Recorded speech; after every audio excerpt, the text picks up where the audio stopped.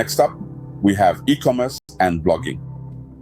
E-commerce, or electronic commerce, is all about buying and selling goods or services online. It's a broad field that can be as simple as starting an Etsy shop for your crafts or as complex as launching your own online store. With the rise of platforms like Shopify, setting up shop has never been easier. The beauty of e-commerce is that it can be done from the comfort of your home at your own pace. And the income potential can be substantial depending on the demand for your product or service.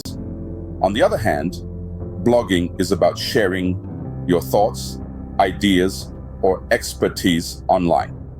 You could blog about parenting, cooking, personal finance, or just about anything you're passionate about. Once you have an audience, there are several ways to monetize your blog, such as advertising, sponsored posts, and affiliate marketing.